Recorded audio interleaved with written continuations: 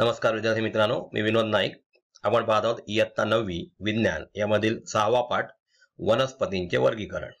आपण आधीच्या सेशनमध्ये पाहिलं की एचरने जी बीजपत्री व अबीजपत्री अशी सृष्टी निर्माण केली क्लासिफिकेशन करताना. त्याच्यापैकी आपण अबीजपत्रीमध्ये बघत आहोत.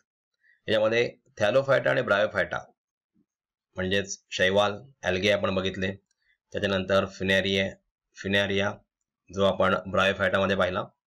याच्याविषयी आपण मागील सेशनमध्ये पाहिलेला आहे. आता या सेशनमध्ये आपण बघणार आहोत टेरिडोफायटा.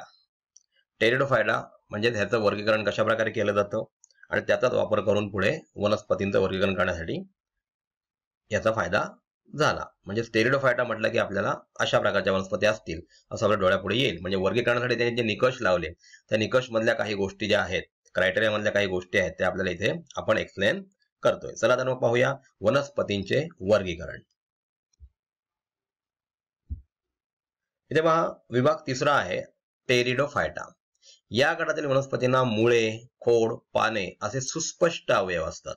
आधीचे आपण जे दोन विभाग बघितले होते ब्रायोफायटा आणि याच्यामध्ये थॅलोफायटामध्ये, त्याच्यामध्ये थॅलोफायटामध्ये आपण वनस्पतींना अशा प्रकारचे अवयव दिसतच नव्हते, तंतू होते ते, आणि आपण ते मऊ वगैरे त्यांचं शरीर असतं. त्याचप्रमाणे आपण दुसरा बघितला तो म्हणजे ब्रायोफायटा होता, ज्याच्यामध्ये मुळांच्या जागी मुलाफ असतात, ते जास्त खोलवर गेलेले नसतात आणि त्यांचं शरीर चपट होतं. आता आपण टेरिडोफायटा बघतोय. याच्यामध्ये हे जे अवयव आहेत, मुळे, खोड, पाने असे सुस्पष्ट अवयव आपल्याला दिसू शकतात.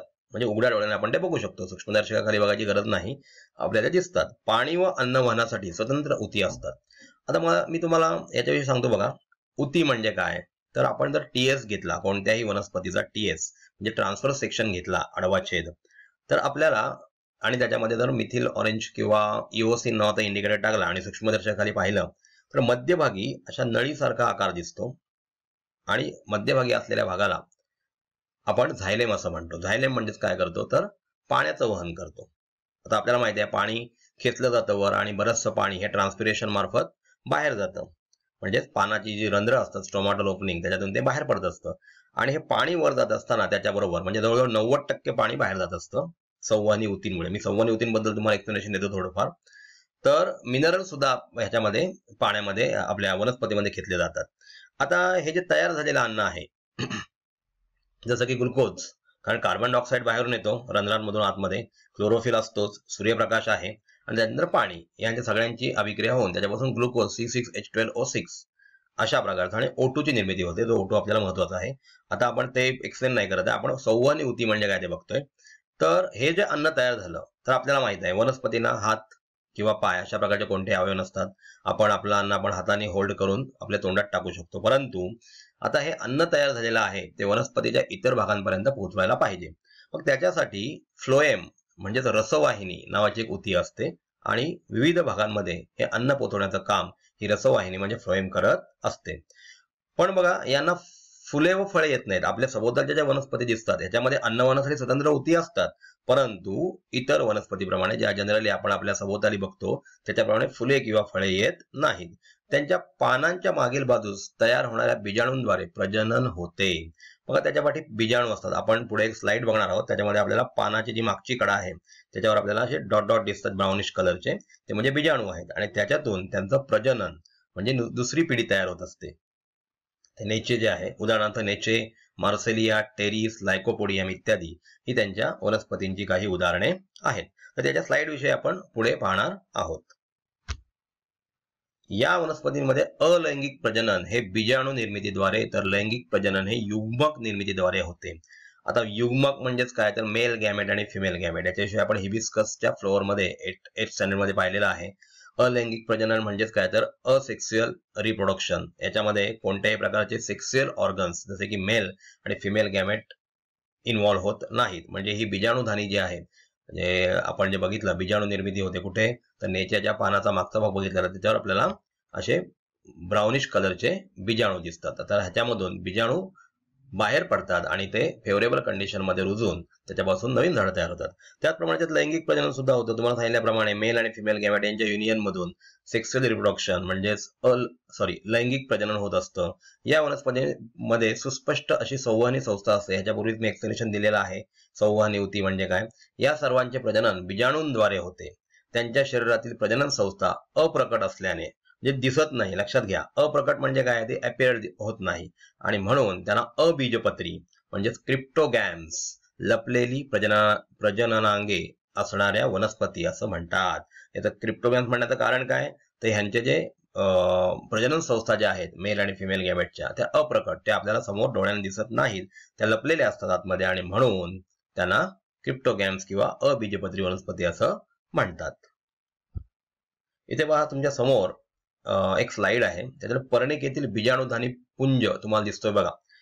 म्हणजे पानावर मागच्या कडेला तुम्हाला अशा प्रकारच्या बीजाणुधानी दिसतात. ब्राउनिश कलरचे स्पॉट तुम्हाला दिसत आहेत आणि त्याच्यामध्ये बीजाणूंची निर्मिती होत असते आणि फेवरेबल कंडिशन म्हणजे सांगितल्याप्रमाणे त्या रुजत असतात. नंतर नेचे बघा, नेचेची वनस्पती तुम्हाला दिसते. त्याप्रमाणे सिलियाजिनेला ही वनस्पती सुद्धा आपल्याला दिसत आहे. लायकोपोडियम या अशा प्रकारच्या टेरिडोफायट्या या विभागातील वनस्पती आपल्याला इथे स्क्रीनवर दिसत आहेत. या पर्णिकांच्या मागे त्यांना बीजाणुधान्या आलेल्या असतात. विचार करा की थॅलोफायटा, ब्रायोफायटा व टेरिडोफायटा या तिन्ही गटांतील वनस्पतींच्या शरीर रचनांमध्ये फरक असले तर त्यांच्यातील समानता कोणती आहे. विद्यार्थी मित्रांनो, आता आपण याच्याविषयी बघितलेलं आहे की थॅलोफायटा म्हणजे काय, तर शैवाल, अल्गे. त्याच्यानंतर ब्रायोफायटा म्हणजे काय, तर ब्रायोफायटा म्हणजे मुलाभ असलेला, मूळ नसतात तर ते मुलाभ असतात, वर अशी मुळं आलेली असतात. आणि त्याच्यानंतर आत्ताच आपण बघितलं टेरिडोफायटा. तर आपल्याला यांचा व्यवस्थित अभ्यास करून या प्रश्नाचं उत्तर द्यायचं आहे की थॅलोफायटा, ब्रायोफायटा व टेरिडोफायटा या तिन्ही गटातील वनस्पतींच्या शरीर रचनामध्ये फरक असले, म्हणजे फरक असतोच, तो आपण बघितलेला आहे, तर त्यांच्यात समानता कोणती असते. ती समानता मी तुम्हाला क्ल्यू देतो की त्यांचं अन्न त्याद्वारे तयार होतं. आता आपल्याला समजलं असेल की कोणती समानता ह्याच्यामध्ये आहे. ती समानता आपण आपल्या वहीमध्ये नोट डाऊन करायची आहे. तर विद्यार्थी मित्रांनो, आतापर्यंत आपलं हे तिसरं सेशन कंप्लीट झालेलं आहे आणि त्याच्यामध्ये पहिल्यापासून जर आपण विचार केला तर कशा प्रकारे वेगवेगळ्या सायंटिस्टनी ही पद्धत दिली वर्गीकरणाची आणि त्याच्यानंतर आपण आत्ताच जे थॅलोफायटा, ब्रायोफायटा आणि टेरिडोफायटा बघितलं ते एचर नावाच्या सायंटिस्टने अबीजपत्री किंवा बीजपत्री म्हणजे ह्याच्यामध्ये क्रिप्टोगॅम्स यांना म्हटलं जातं. क्रिप्टोगॅम्स म्हणण्याचं कारण म्हणजे ह्यांची जी प्रजननांग आहेत ती लपलेली असतात आणि म्हणून त्यांना अशा प्रकारे नाव दिलं जातं. तर ती कशा प्रकारे प्रजनन करतात, लैंगिक पद्धतीने सुद्धा टेरिडोफायटा आणि अलैंगिक पद्धतीने सुद्धा प्रजनन करत असतात, तर याविषयी आपण या सेशनमध्ये पाहिलेलं आहे. विद्यार्थी मित्रांनो, लक्षात घ्या, AAS विद्यालय म्हणजे एनी टाइम एनिवेअर स्कूल हे एक असं विद्यालय आहे की ज्याच्यामधून आपण घर बसल्या 6वी ते 10वी पर्यंतचा अभ्यासक्रम आपल्या घरीच करू शकता. म्हणजे आपल्याला कोणत्याही स्कूलमध्ये जायची गरज नाही. तर वेगवेगळ्या प्रकारच्या शिक्षकांचं मार्गदर्शन आपल्याला इथे अवेलेबल आहे. म्हणजेच कोणते आपल्याला क्वेरीज असतील, कोणते प्रश्न असतील, तरी आपण ते त्यांच्या मार्फत त्यांना विचारून ते सॉल्व्ह करू शकता. त्याचप्रमाणे भरपूर अशा टेस्टचा आनंद सुद्धा आपल्याला मिळेल आणि कशा प्रकारे उत्तर लिहायला पाहिजेत याच्याविषयी सुद्धा मार्गदर्शन आपल्याला तज्ज्ञ शिक्षकांकडून या ऍप मार्फत मिळेल. तर आपण आजच या ऍपला रजिस्टर्ड करा आणि आपलं भवितव्य उज्ज्वल करा. धन्यवाद.